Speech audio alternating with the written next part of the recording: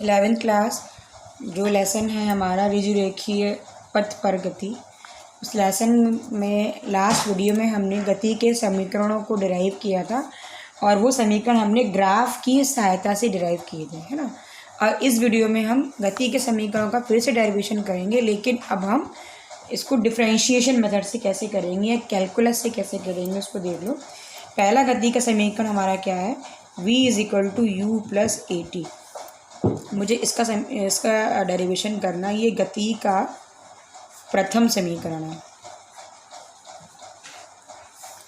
अब हमने माना किसी समय t पर सूक्ष्म समय अंतराल dt में वस्तु के वेग में वृद्धि dv होती है। तो जब बच्चों dt समय में वेग में कितनी वृद्धि हुई, dv, जो त्वरण होगा a बराबर क्या हो जाएगा, dv/dt। ठीक, हमने क्रॉस मल्टीप्लाई किया तो dv बराबर हो गया हमारा a × dt। अब हमने माना कि t = 0 समय से t = t समय तक उसके वेग में कितनी वृद्धि हुई। t = 0 समय पर हमने माना वेग u है और t समय पर इसका वेग बढ़कर u से क्या हो गया, v हो गया। तो इसमें जो वेग में वृद्धि निकालने के लिए क्या करेंगे, इसका हम इंटीग्रेशन करेंगे। तो ये हो जाएगा हमारा dv बराबर a × dt। दोनों तरफ का इंटीग्रेशन कर देंगे। अब इसमें हम लिमिट लगा देंगे कि वेग में वृद्धि समय हमारा क्या है, 0 से लेकर t तक। 0 समय पर वेग हमारा क्या है, u, और t समय पर वेग हमारा हो गया v। तो u से लेकर v तक वेग में वृद्धि यहाँ से निकलेगी और समय में कितना परिवर्तन होगा 0 से लेकर t तक, वो हम यहाँ से निकाल लेंगे। ठीक, तो ये हमारा यहाँ से क्या हो जाएगा, ये हो जाएगा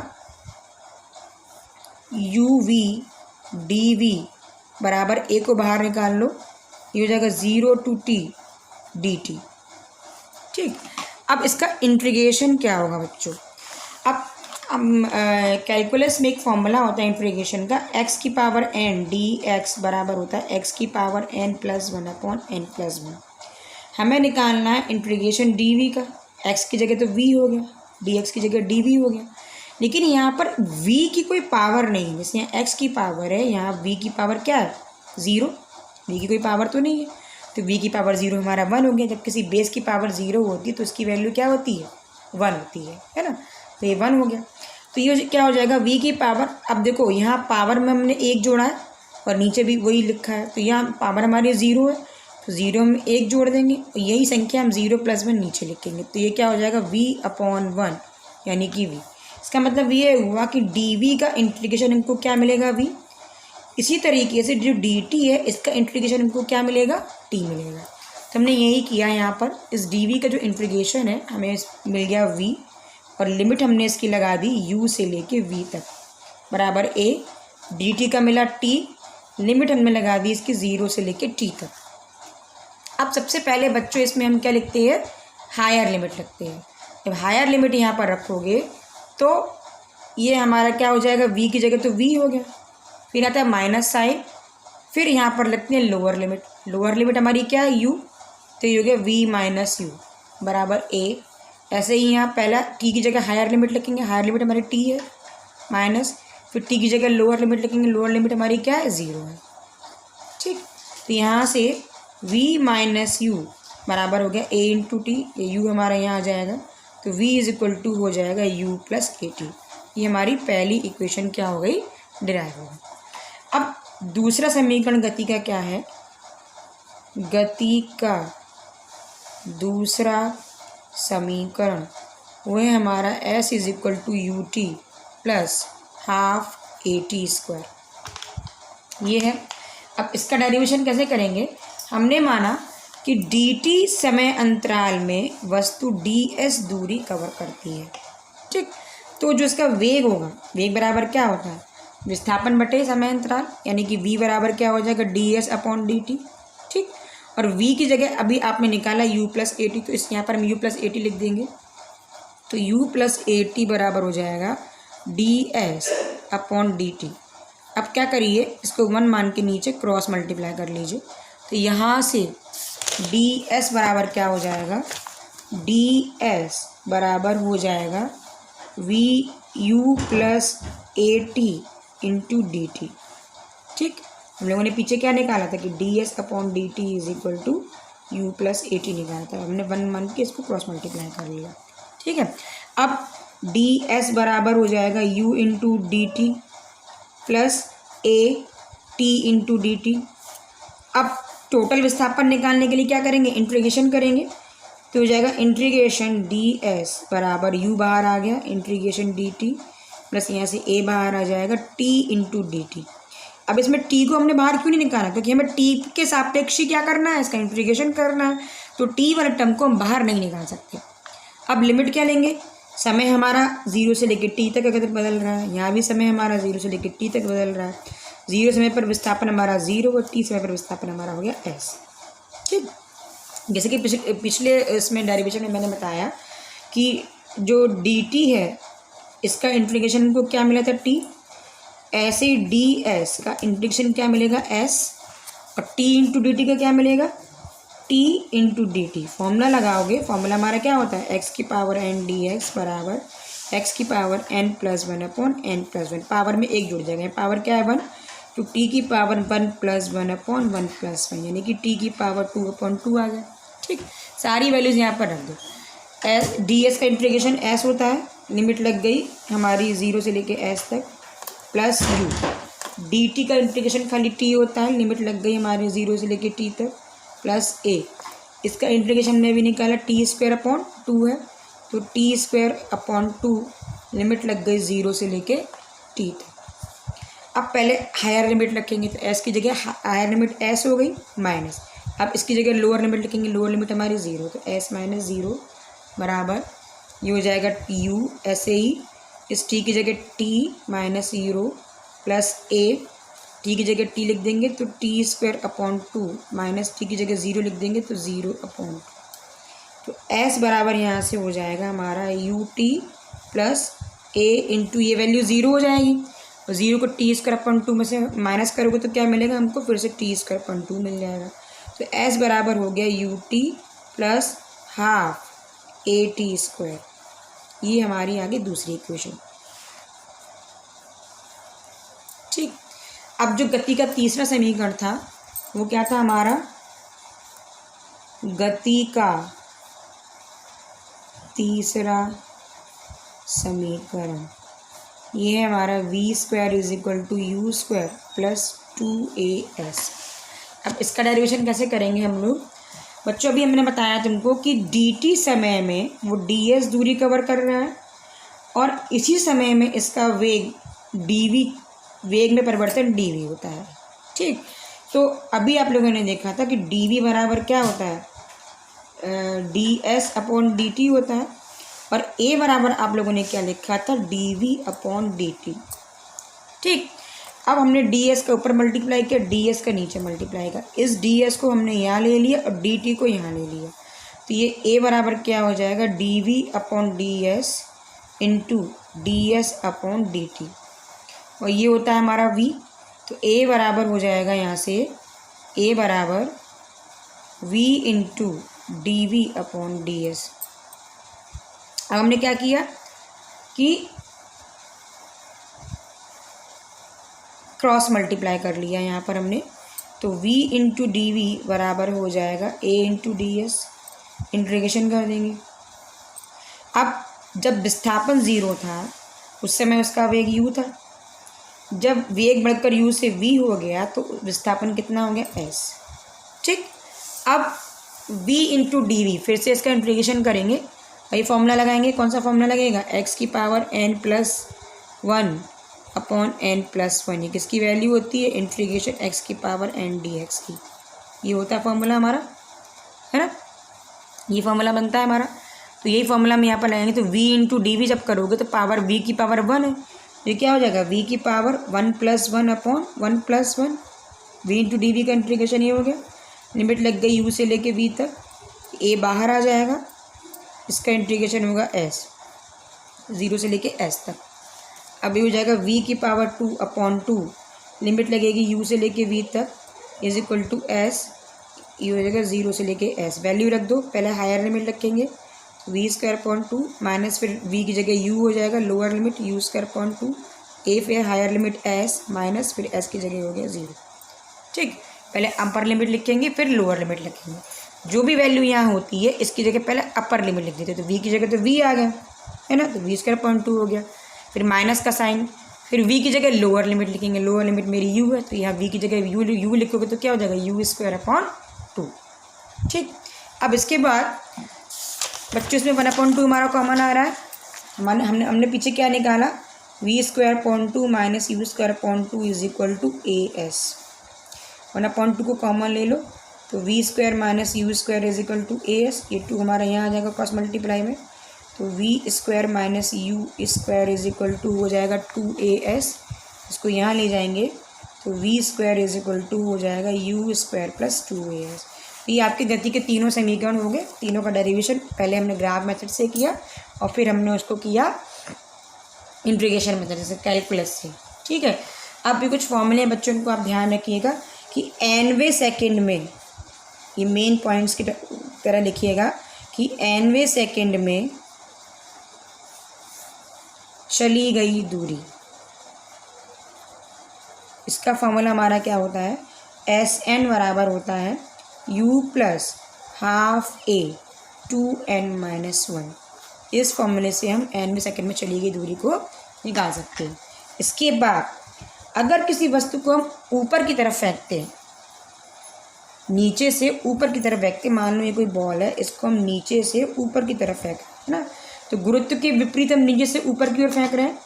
जब किसी चीज़ को हम गुरुत्व के विरुद्ध नीचे से ऊपर की तरफ फेंकते हैं, है ना, तो जो आपका त्वरण था a की जगह क्या हो जाएगा -g। क्योंकि देखो जब कोई वस्तु क्या होती है, जब कोई वस्तु, ये मान लो पृथ्वी है, पृथ्वी क्या करती है, हर वस्तु को, ये हमारी कोई वस्तु है, ये हमारी पृथ्वी है, अर्थ है, तो पृथ्वी क्या करती है, हर वस्तु को अपनी तरफ खींचती है, और किससे कैसे खींचती है, गुरुत्वीय त्वरण के अंतर्गत, है ना। जिस बल से उसको खींचती है उस बल के कारण क्या लगता है, उसमें त्वरण उत्पन्न होता है, उसके वेग में परिवर्तन होता है, वेग में वृद्धि होती है और उसे हम कहते हैं गुरुत्वीय त्वरण। तो जब कोई वस्तु नीचे की तरफ गिरती है तो जो a है वो किसके बराबर हो जाता है, g के। तो पहली कंडीशन में आप क्या लिखोगे, नीचे की ओर गति के लिए समीकरण, ये आप लोगों ने 9th 10 में ही पढ़ा होगा कि जब कोई वस्तु नीचे की तरफ गिरेगी तो गति के समीकरण क्या हो जाएंगे हमारे, v is equal to u plus a की जगह हो जाएगा gt, ये तो पहला समीकरण है। s is equal to ut plus half gt² हो जाएगा। ठीक, और तीसरा समीकरण हो जाएगा v² इज इक्वल टू, और ये s की जगह क्या हो जाएगा, h height, v² is equal to u² plus 2gh। ठीक, अब ये तो नीचे की ओर हो गया। ऐसे ही गुरुत्व के विरुद्ध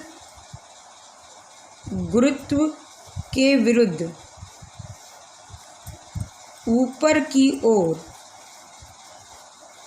गति के लिए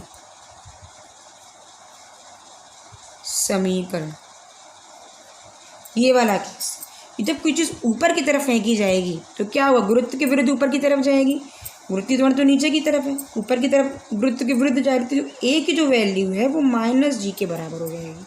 कब, जब वस्तु हमारी ऊपर की तरफ फेंकी जाती है, और जब नीचे की तरफ फेंकी जाती है तो a हमारा किसके बराबर होता है, g के बराबर होता है।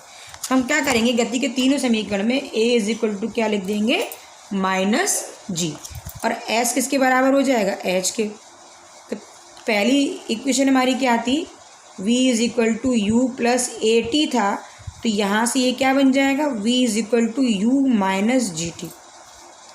ऐसे ही दूसरी समीकरण क्या हो जाएगी, h is equal to u t minus half g t square, और तीसरी हो जाएगी v² is equal to u² minus 2gh। ये तीनों समीकरण हमारी बन जाएंगी। ठीक, अब इसके बाद अगर कोई वस्तु फ्रीली नीचे की तरफ गिरती है, स्वतंत्रतापूर्वक नीचे की तरफ गिरती है, तो उस केस में जो प्रारंभिक वेग होता है हमेशा क्या होता है, 0 लिया जाता है। तो स्वतंत्रतापूर्वक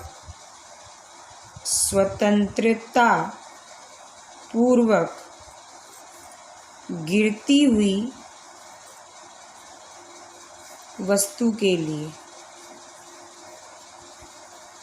नीचे की ओर गिरती हुई वस्तु के लिए जो u होता है वो हमारा क्या होता है, 0 हो जाएगा।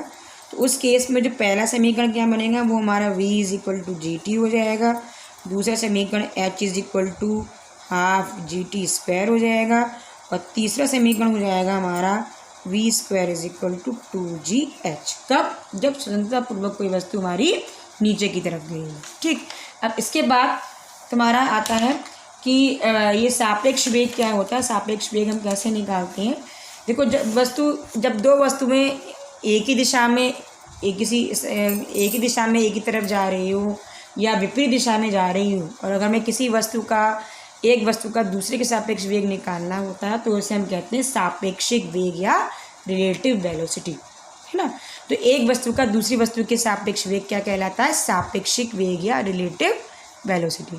तो उस केस में अगर सपोज सापेक्षिक वेग मुझे निकालना है, पहला केस हम लेके चल रहे हैं, सापेक्षिक वेग हमें निकालना है। पहला केस है जब दो वस्तुएं समान दिशा में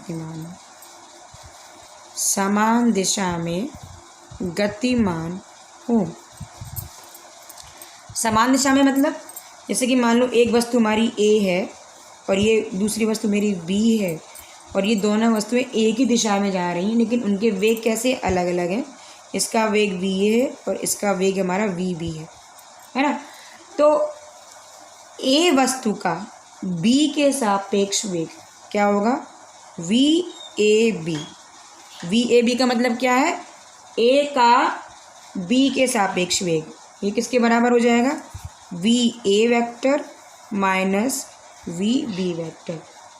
ठीक, जब दो वस्तुएं एक ही दिशा में जा रही होती तो A का वेग हमें निकालना है किसके सापेक्ष, B के सापेक्ष। जिसके सापेक्ष निकालना है उसको माइनस कर दो, तो VA माइनस VB हो जाएगा। इसी तरीके से जब दो वस्तुएं विपरीत दिशा में जा रही हो तब क्या होगा, जब दो वस्तुएं विपरीत दिशा में गतिमान है,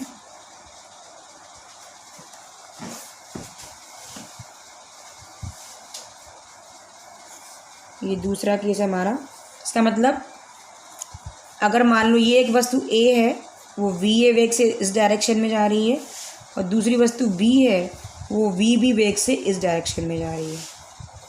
ठीक, तो वस्तु A का B के सापेक्ष वेग, वस्तु A का B के सापेक्ष वेग क्या होगा हमारा, VAB बराबर VA वेक्टर माइनस, अब देखो VB की डायरेक्शन उल्टी हो गई, इसको अगर हम इसी डायरेक्शन में लेंगे तो क्या होगा, माइनस VB, और माइनस माइनस क्या हो जाएगा, प्लस। इसका मतलब ये हुआ कि जब दो वस्तुएं विपरीत दिशा में जाती हैं तो उनके वेग क्या होते हैं, जुड़ जाती है, और जब एक ही दिशा में जाती हैं तो क्या होते हैं, सापेक्ष वेग उनके घट जाते हैं। ठीक है, तो इस तरीके से हम क्या कर सकते हैं, सॉल्व करके वेग को निकाल सकते हैं। एक क्वेश्चन मैं लेके चल रही हूँ, इस क्वेश्चन को बच्चों ध्यान से देखो और समझो कि कैसे आपको न्यूमेरिकल्स करने हैं। जैसे कि ये क्वेश्चन आपको एक दिया हुआ है, ये ग्राफ दिया हुआ है। इस ग्राफ में आप देख सकते हो, पहला क्वेश्चन हमारा, ये एक पिंड का वेग समय ग्राफ है। तो पहला क्वेश्चन है हमारा 6 से 8 सेकंड के बीच में औसत त्वरण, यहाँ समय है यहाँ वेग है, तो 6 से 8 के बीच में औसत त्वरण निकालना है। तो समय तो मेरा ये हो गया, त्वरण बराबर होता है वेग परिवर्तन, तो 6 पर वेग परिवर्तन यानी कि b से जब मैंने यहाँ पर लैम्डा डाला तो मुझे क्या मिला, 30। ऐसे 8 c पर मिल रहा है, तो c से जब लैम्डा डालेंगे क्या मिलेगा, 60, है ना। तो जो वेग में परिवर्तन क्या हुआ मेरा 30 से 60 हुआ, है ना। तो त्वरण बराबर हमारा क्या होता है, समय को कैसे सॉल्व करेंगे हम, यहाँ मैं सॉल्व करके बता रही हूँ आपको। तो त्वरण बराबर होता है हमारा, त्वरण बराबर होता है वेग परिवर्तन बटे समय अंतराल, ये होता है ना। तो अब जो वेग में परिवर्तन हुआ हमारा 6 से 8 सेकंड में, वो मेरा कितना हो रहा है, 30 से 60 हो रहा है ना। तो वेग परिवर्तन मेरा कितना हो जाएगा, 60 माइनस 30। और समय में कितना परिवर्तन हो रहा है, 6 से 8, यानी कि 8 माइनस 6, तो ये हो गया 30/2, यानी कि 15 मीटर पर सेकेंड स्क्वायर। ठीक, ये पहला क्वेश्चन हो गया। अब दूसरा क्वेश्चन इसी तरीके से लेके चलते हैं। दूसरे क्वेश्चन में वो क्या कह रहा है कि किस समय अंतराल में पिंड का त्वरण शून्य। त्वरण शून्य कब होगा, जब वेग में कोई परिवर्तन ना हो। वेग में कोई परिवर्तन का मतलब क्या होना चाहिए कि जो ग्राफ है वो मेरा एक सरल रेखा होना चाहिए, समय अक्ष के समांतर। तो ये मुझे सरल रेखा कहाँ से कहाँ तक मिल रही है, डी से ई तक। डी से ई तक वेग में कोई परिवर्तन नहीं है, वेग मेरा कितना है 40 है, जब वस्तु मेरी डी से ई तक चल रही है। तो जब यह वेग में परिवर्तन ही नहीं है तो त्वरण कैसा मेरा हो जाएगा, शून्य हो जाएगा। इसका मतलब ये हुआ कि डी से ई तक हमारा क्या है, त्वरण शून्य है। अब तीसरा क्या है कि अधिकतम मंदन कितना है। मंदन का मतलब वेग हमारा घटना चाहिए। अब देखो यहाँ से यहाँ तक वेग बढ़ रहा है, यहाँ से यहाँ तक वेग बढ़ रहा है। अब सी से डी तक घट रहा है और ई से 16 तक घट रहा है, लेकिन सी से डी तक का ढाल आप देख सकते हो कम, क्योंकि ये सी पर जो वेग हमारा 60 था और डी पर हो गया 40, यानी कि 20/2। और ई से एफ में ये 40 और ये 0 हुआ, तो जो वेग में परिवर्तन हुआ वो -40 हुआ, है ना। तो मंदन किस में ज़्यादा है, ई से एफ में। तो मंदन का फॉर्मूला हम यहाँ क्या निकालेंगे, मंदन मतलब इसका मुझे ढाल निकालना है ना, या वही चीज़ होगी फिर से वेग परिवर्तन बटे तीसरा क्वेश्चन हो जाएगा। तो मंदन बराबर क्या हो जाएगा, अधिकतम मंदन क्या होता है, एक तरीके से त्वरण ही होता है, लेकिन नेगेटिव डायरेक्शन में होता है। जब वस्तु के वेग में कमी होती है तो उस कमी को हम कहते हैं मंदन, है ना। तो ये हमारा किसके बराबर हो जाएगा, वेग परिवर्तन बटे फिर से क्या हो जाएगा, समय अंतराल। या आप कह सकते हो कि इस ग्राफ का जो स्लोप है वो मंदन देगा, है ना। और स्लोप बराबर क्या होता है, लंब बटे आधार। अब लंब यहाँ से यहाँ तक की दूरी, यहाँ से यहाँ पर जो वेग मेरा एस पर कितना वेग है 40, और यहाँ कितना वेग मिल रहा है 0। तो वेग मेरा घट के 40 से क्या हो गया, 0 हो गया, यानी कि वेग में परिवर्तन कितना हुआ, 0 माइनस 40। अब समय अंतराल कितना है, 14 से लेकर 16 तक है, यानी कि 16 माइनस 14, यानी कि ये मेरा हो जाएगा -40/2, -40/2 कट जाएगा, यानी कि -20 मीटर पर सेकेंड स्क्वायर। माइनस क्या शो कर रहा है कि इसके वेग में कमी हो रही है, मंदन हो रहा है। ठीक, अब इसके बाद जो चौथा क्वेश्चन है हमारा वो क्या है कि प्रथम 6 सेकंड में पिंड का विस्थापन कितना है।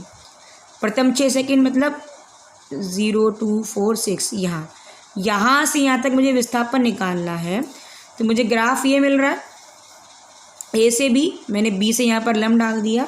तो ये जो मुझे एरिया मिला, ये जो मुझे पिक्चर मिला, ए अगर इस पॉइंट को मैं ओ मान लूँ, तो ए ओ बी अगर मैं इसका एरिया निकाल लूँ तो मुझे विस्थापन मिल जाएगा। मैंने आप लोगों को बताया अभी तक कि विस्थापन क्या होता है, घिरी समय अक्ष और ग्राफ के बीच घिरी हुई आकृति का क्षेत्रफल।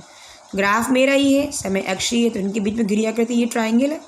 ट्राइंगल का जो एरिया होता है 1/2 into base into height.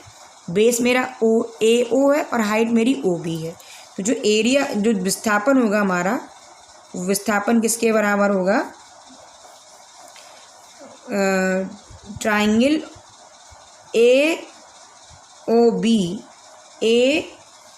AOB का क्षेत्रफल, है ना।